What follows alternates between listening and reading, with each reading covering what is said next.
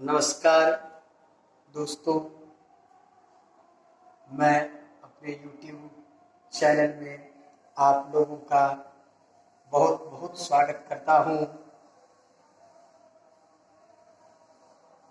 मेरा उद्देश्य है कि आप लोग अपनी जन्म कुंडली स्वयं पढ़ सकें, स्वयं के बारे में जान सकें।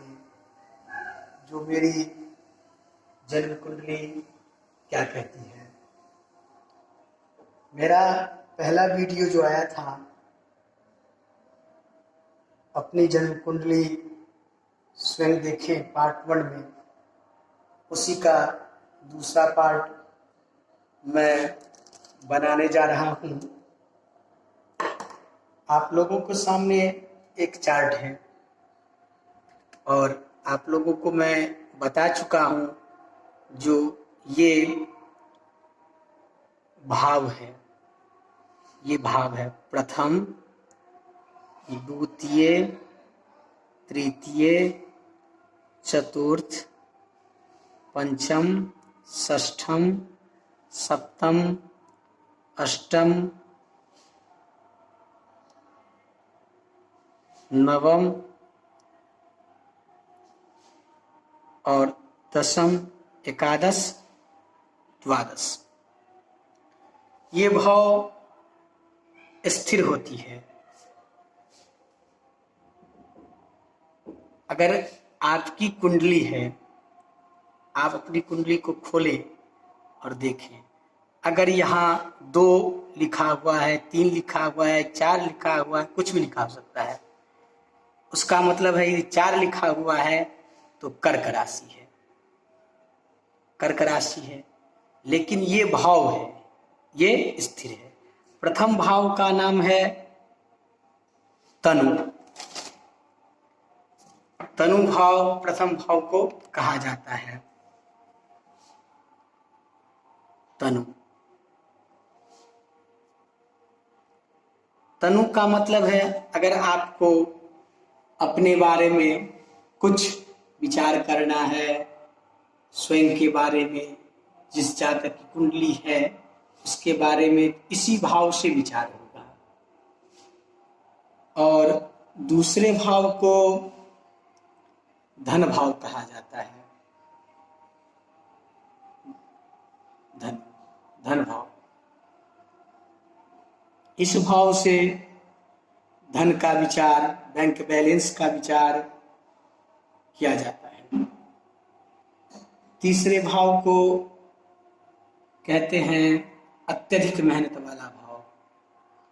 अत्यधिक मेहनत वाला भाव कहते हैं इसको। इस भाव से उसकी पराक्रम को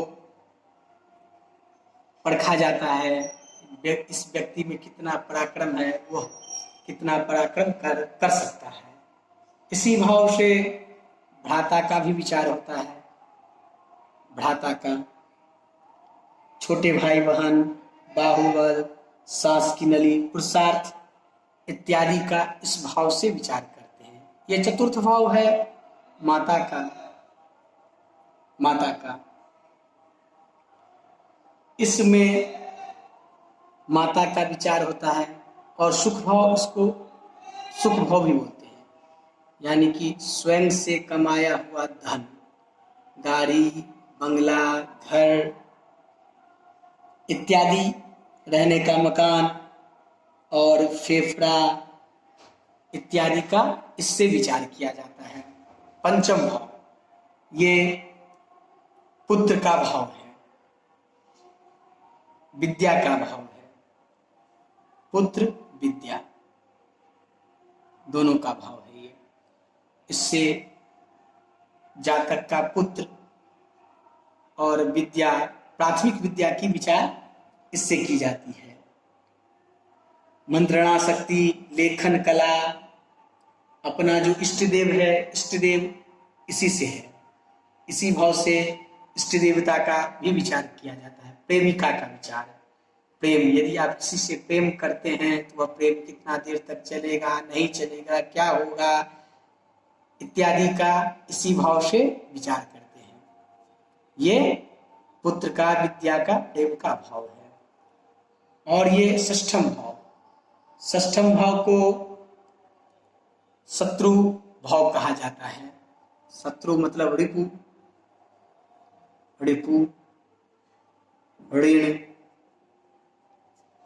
शत्रु का, रिपु का, ऋण का विचार षष्ठम भाव से किया जाता है, और रोग का भी विचार इसी से किया जाता है। ये सप्तम भाव, सप्तम भाव को जया भाव बोलते हैं। जया भाव, जया, इससे स्त्री का, यदि लड़का का कुंडली है तो अपनी पत्नी का, यदि लड़की का कुंडली है तो पति का विचार इससे किया जाता है। अपने लाइफ पार्टनर का विचार किया जाता है इससे। और कामदेव, वीर्य, संतान उत्पादन की क्षमता इत्यादि का विचार इसी भाव से करते हैं। अष्टम भाव, अष्टम भाव को आयु भाव कहते हैं। आयु, मनुष्य की आयु की गणना इसी भाव से की जाती है। मरण विधि, पाप अनुसंधान, अंडकोश, विदेश यात्रा का भी इससे विचार करते हैं, विदेश यात्रा का। नवम भाव धर्म का भाव है, से धर्म भाव कहते हैं। और भाग्येश, भाग्य भाव भी कहते हैं, भाग्य भाव भी कहते हैं इसको। इससे भाग्य का, धर्म का विचार करते हैं। इससे अपने देश की यात्रा का, भूतकाल का, छोटे भाई बहन का इत्यादि का विचार भी नवम भाव से किया जाता है। दशम भाव, दशम भाव इसको कर्म भाव कहा जाता है। कर्म, कर्म भाव से जो है शुभ अशुभ कर्म, यज्ञ कर्म, घुटने, राज्य शासन, उच्चता, पिता का धन इत्यादि का विचार भी इसी भाव से करते हैं। ये एकादश भाव आय का भाव है। इस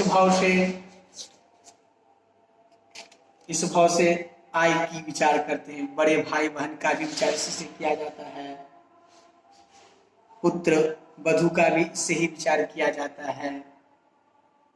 आप कितना कमाएंगे उसका भी विचार इससे ही किया जाता है। ये द्वादश भाव व्यय भाव। आप व्यय भाव, इससे व्यय, निंद, भोग, पांव, परोपकार इत्यादि का इससे विचार, द्वादश भाव से विचार करते हैं। तो ये हुआ भाव का नाम। अब आपको मैं बताना चाहता हूं, मान लीजिए एक कुंडली है।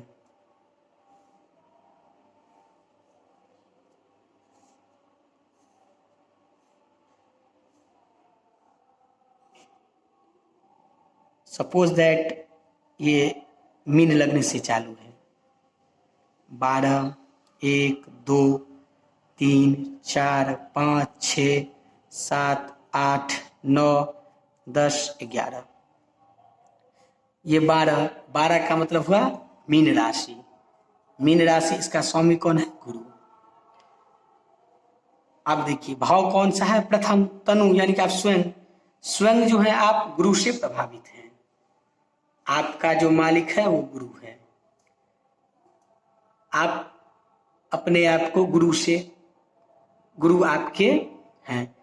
ये अगर गुरु ये है, ये हुआ 12, क्या हुआ? तो मीन राशि, इसके लग्नेश कौन हुए? गुरु। गुरु आपके भाव के कारण है, कारक, लग्न के स्वामी हैं। ये लग्न के स्वामी अब कहाँ बैठे हैं? यहाँ बैठे हैं, यहाँ बैठे हैं, यहाँ बैठे हैं, यहाँ बैठे हैं, या यहाँ बैठे हैं, कहीं भी बैठे हैं। इस भाव को त्रिक भाव कहा जाता है। षष्ठम, अष्टम और द्वादश। षष्ठम, अष्टम और द्वादश को त्रिक भाव कहा जाता है। यदि लग्नेश जाके त्रिक भाव में बैठ जाए, यदि लग्नेश जाके त्रिक भाव में बैठ जाए तो ये बहुत अच्छा नहीं होता है। परंतु सूत्र है, यदि लग्नेश जहां जाकर बैठे वो उस भाव की रक्षा करता है, उसको त्रिक भाव का दोष नहीं लगता है। अब हम बात करेंगे मित्र और शत्रु ग्रह की। इसमें आ जाते हैं दो प्रकार के, एक देव, दूसरा दानव। देव की राशि के क्रम में आ जाते हैं मंगल,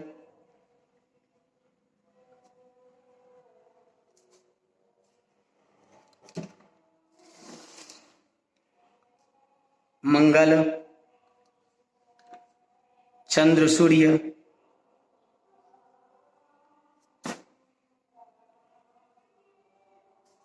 चंद्र,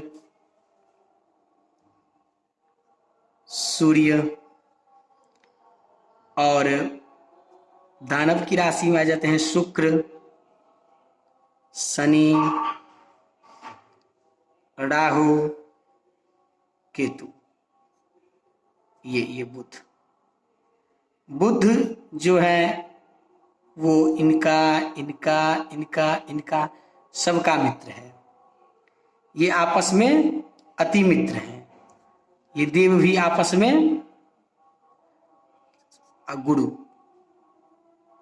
मिस्टेक हो गया थोड़ा सा, गुरु, हाँ, ये भी आपस में मित्र हैं। ये आपस में अति मित्र हैं, ये भी आपस में अति मित्र हैं, लेकिन ये इनके अति शत्रु हैं।